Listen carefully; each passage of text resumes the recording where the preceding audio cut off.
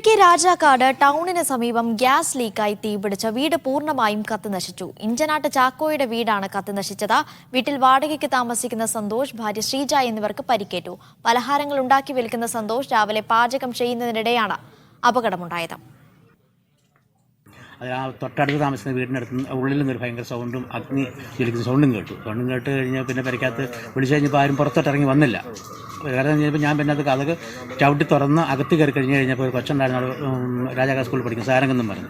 അവനെ വിളിച്ച് പുറത്തിറങ്ങി. അത് കഴിഞ്ഞ് പിന്നെ പല പ്രാവശ്യം ഞാൻ വിളിച്ചു, ഇറങ്ങാൻ സന്തോഷം ഇറങ്ങുന്നതൊക്കെ തീയാണ് ഇറങ്ങുന്നു പറഞ്ഞിട്ടൊന്നും ഇവരിറങ്ങി വന്നില്ല. കുറേ സമയം കഴിഞ്ഞ് തീ ഭയങ്കരമായിട്ട് പുകഞ്ഞ് പരിക്കകത്തെല്ലാം പുക നിറഞ്ഞു. പിന്നെ അത് കഴിഞ്ഞ് ഇവരിറങ്ങി, ഒരു ജഗത്തെല്ലാം പൊള്ളലുണ്ടായിരുന്നു, പൊള്ളാൻ സാരമായിരുന്നു. പിന്നെ ഞങ്ങൾ ഇവിടുന്ന് ഓടി, ഞാനവിടെ ചെന്നു. ഈ വാടക വീടാണ്, അവിടെ ഉടമസ്ഥനെ വീട്ടിൽ ചെന്ന് കഴിഞ്ഞ് കഴിഞ്ഞപ്പോൾ അവരെ വിളിച്ചുകൊണ്ട് വന്നു. ഫയർഫോഴ്സിലേക്ക് വിളിച്ചു. സ്റ്റേഷനിൽ നിന്ന് ആൾ വന്നു കഴിഞ്ഞപ്പോൾ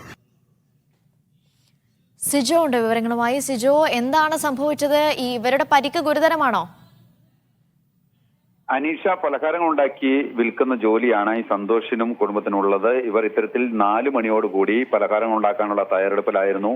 ഈ ഗ്യാസ് തീർന്നതിനെ തുടർന്ന് മറ്റൊരു ഗ്യാസ് കണക്ട് ചെയ്യുന്നതിനിടയിലാണ് ഇത് ലീക്കായത്. ഇതിനെ തുടർന്ന് തീ പടർന്ന് പിടിക്കുകയായിരുന്നു. ഈ ഇഞ്ചനാട്ട് ചാക്കോയുടെ വീട്, ഇവർ വാടകയ്ക്ക് താമസിക്കുന്ന ഇഞ്ചനാട്ട് ചാക്കോയുടെ വീടാണ് കത്തി നശിച്ചത്. ഗ്യാസ് ലീക്കായി തീ പിടിച്ച വീട് പൂർണ്ണമായും കത്തി നശിച്ചിട്ടുണ്ട്. ഈ സന്തോഷ് ഈ വീട്ടിൽ വാടകയ്ക്ക് താമസിക്കുന്ന സന്തോഷിന് ഒപ്പം തന്നെ ഭാര്യ ശ്രീജ എന്നിവർക്കാണ് പരിക്കേറ്റിരിക്കുന്നത്. സന്തോഷിന്റെ വയറിനാണ് പൊള്ളലേറ്റിരിക്കുന്നത്. ഭാര്യ ശ്രീജയുടെ കൈകൾക്കും പരിക്കേറ്റിട്ടുണ്ട്. ഇവരിപ്പോൾ ആശുപത്രിയിൽ ചികിത്സയിലാണ്. അടിമാലി നെടുങ്കണ്ടത്തു നിന്നുള്ള ഫയർഫോഴ്സ് സംഘവും സ്ഥലത്തെത്തിയാണ് തീ അണച്ചത്. നാട്ടുകാരുടെ സഹകരണത്തോടെയാണ് തീ അണയ്ക്കാൻ സാധിച്ചത്. എന്തായാലും വീട്ടുപകരണങ്ങളും വീട്ടിലുള്ള എല്ലാ വസ്തുക്കളും കത്തി നശിച്ച ഒരു അവസ്ഥയിലാണ് ഉള്ളത്. അനീഷ.